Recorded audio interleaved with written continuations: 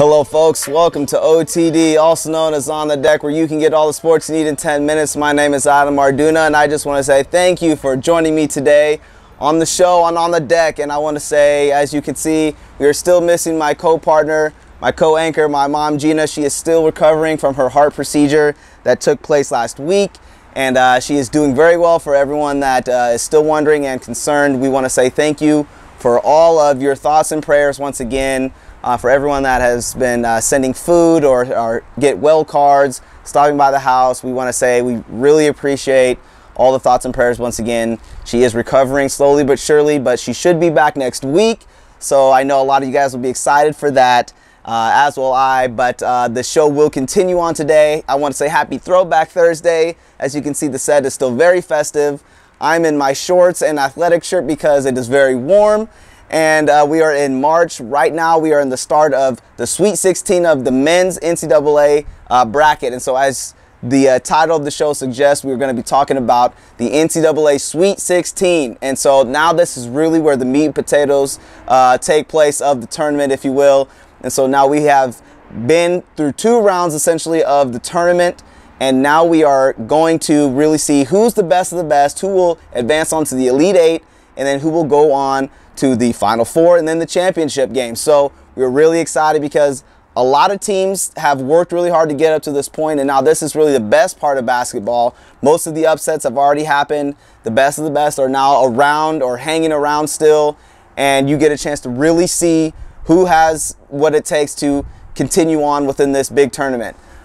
Today's games, we've got Michigan and Oregon, and that game will take place here in Kansas City. I'm really excited to live in a city that gets to host events like this. It's really great for this city. Downtown is beautiful, especially on a day like today where it's 70 degrees. There is a breeze, so if you see some leaves or some flower buds flying around, it's because it's warm out here and the wind is blowing. And then you've got KU and Purdue as well taking place. This is all going to be down at the Sprint Center. That place is going to be jam-packed, and it's Thursday. It's one of my favorite days of the week. That dates back all the way to high school, and I'll tell you about that story another time, but it is really awesome. So there will be so many Jayhawk fans running around. It's going to be nuts, and I know the Jayhawks are really wanting to avenge the loss that they had in the Big 12 tournament to TCU, so I think that's going to be a great game. That is a later game. Both of those games will take place on CBS starting at 6 p.m., and then KU will finish off after that. So Michigan and Oregon will start off on CBS at 6, then KU and Purdue will go and finish off the night there. Then we go to TBS at 6:30. We have West Virginia, another Big 12 team. They are playing Gonzaga, another #1 overall seed. That will be a great game. Gonzaga is big, they're physical. They've been quoted as being the best team in the country this year. I don't know if I agree with that, just for the fact that they don't play all of the competition that everyone else has to play night in and night out, but they are a very good team, and they've earned their right to get to this point. So West Virginia is very strong. We all know that Bob Huggins loves to press and run and gun, so we'll see how that style of play will match up against Gonzaga. And then the evening game, or the later game after that, will be Xavier in Arizona, and I do believe that those games are being played in San Jose, California. So those will be some really fun games to watch. I'm excited for that. Those games take place today. The Big 12 is well represented. Everyone was talking about the ACC and how they had 9 teams, I think, that made it to the tournament.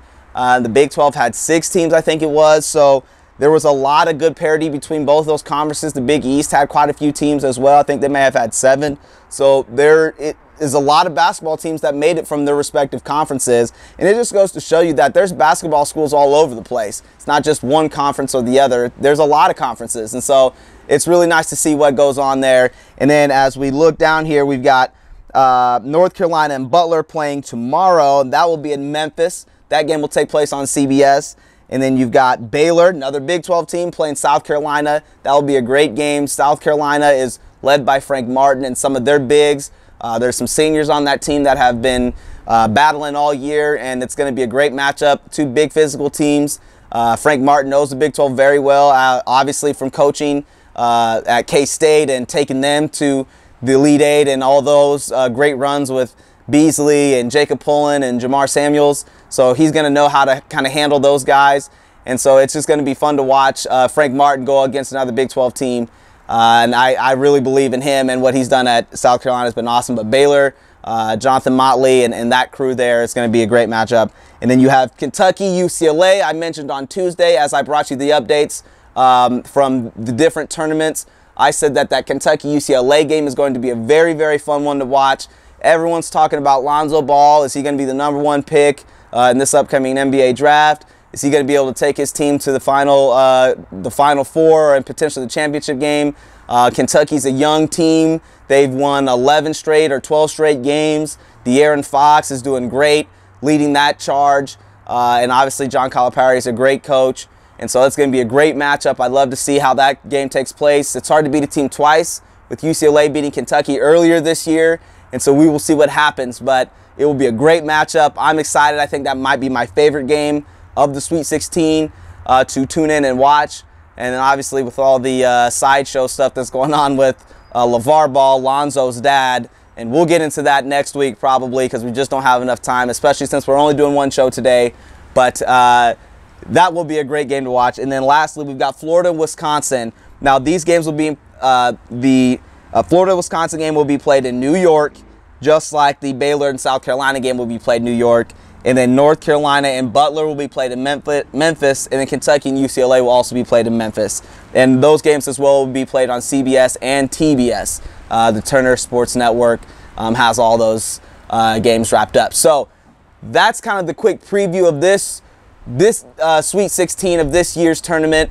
Today's games, obviously, again, are Michigan and Oregon, which would be a good matchup. Michigan had all their stuff with the plane crash early on during the Big Ten tournament. They've gone on a great run. Dana Altman's a great coach, former Creighton head coach. He's done a great job with Oregon. And then you've got, obviously, KU and Purdue, which will be a great matchup. Purdue's big and strong, and KU likes to run the gun as well with their guards, Frank Mason and Devontae Graham and Josh Jackson. And then obviously you've got you've got Arizona and Xavier, two good basketball schools. Big East, Pac-12. Arizona had a good run there in the Pac-12 tournament. Xavier's just been battling all year. And then obviously Gonzaga and West Virginia. Those 4 teams are all playing tonight, and or those 8 teams, excuse me. Those 8 teams will be playing tonight. Starting at 6 a.m. or 6 p.m. I'm getting tongue-tied here. 6 p.m. and 6:30 are the game times, the tip-off times for those games. And so it's going to be awesome. And I'm just excited because, like I said, this is the meat and potatoes of the Sweet 16 of the tournament, really. And the best teams really get to showcase their stuff. So that's going to be awesome today and tomorrow. And then, like I said, you got the Elite 8 and then the Final 4. Quickly, I do want to talk about the WBC, as the title does suggest, the World Baseball Classic tournament. That is a phenomenal tournament, baseball tournament. It's all preseason, but if you haven't followed it that closely, that's okay. Like I said, it's all preseason baseball, but it's really the best of the best from everyone around the world. You get your best players from their respective ball clubs, get to represent their countries, and they play in a big tournament. And last night was a championship game between Puerto Rico and the United States. Team USA, led by Eric Hosmer and Danny Duffy from the Kansas City Royals. So that was amazing to watch those guys get after it. And Christian Yelich as well, young gun out there in the outfield, who did a great job. And I just was really proud of those guys to be able to take home the gold medal and represent our country the right way. Adam Jones and Andrew McCutchen, those guys are well-deserved, because for the most part, it's really hard to make it to the World Series within the United States, the MLB World Series. So you're not going to have that many opportunities to get on a national stage or a world stage and really bring home, I guess you could say, a world championship. And so for everyone that was on that roster from top to bottom, it was great to see. They had a shutout win. It was great. I was just, Marcus Stroman threw a no-hitter. It was just great. It was awesome. And we were up watching it till midnight last night here Central Time. And so I just was really proud of our guys, especially the Royals. We had Eric Hosmer, like I said, Danny Duffy representing Kansas City. I hope that Kansas City can find a way to pay our free agents coming up here. We got Lo Cain, Eric Hosmer, Alcides Escobar, and Mike Moustakas. That's a big ticket item. All 4 of those guys are big ticket items, but I think if the Kansas City Royals have a good year this year, maybe make a good postseason run, they may be able to figure something out. I believe all those guys would like to stay here in Kansas City, so we'll see what happens. But anyways, we're going to stay tuned and continue to be watching the TV as all these games are going to be taking place. Like I said, my co-host, my co-anchor, Mom, she is still recovering from her heart surgery that took place last week. She will hopefully be back next week, and we'll get her back on the show, get her eased into it. But overall, she's just trying to get herself back righted, and that's only fair for her. But continue to follow us on all of our social media. It's March Madness. We've got so much going on. It's springtime. I don't know, like I said, if you've seen some of the leaves and some of the buds flying around here, the flowers are blooming, the trees are rolling, and so I just know that it's awesome this time of year, and people are outside running, going for a run. I might need to go for a run myself, and really enjoy this atmosphere that we've got right here in the springtime. So anyways, I want to say I just appreciate all the thoughts and prayers that have been coming to our family, everyone that's been supporting us, and just letting us know that they care. All the stuff on social media, from YouTube to Twitter to Facebook, all the tweets. I just want to say we appreciate it, folks, and continue to stay tuned, and we'll see you next time.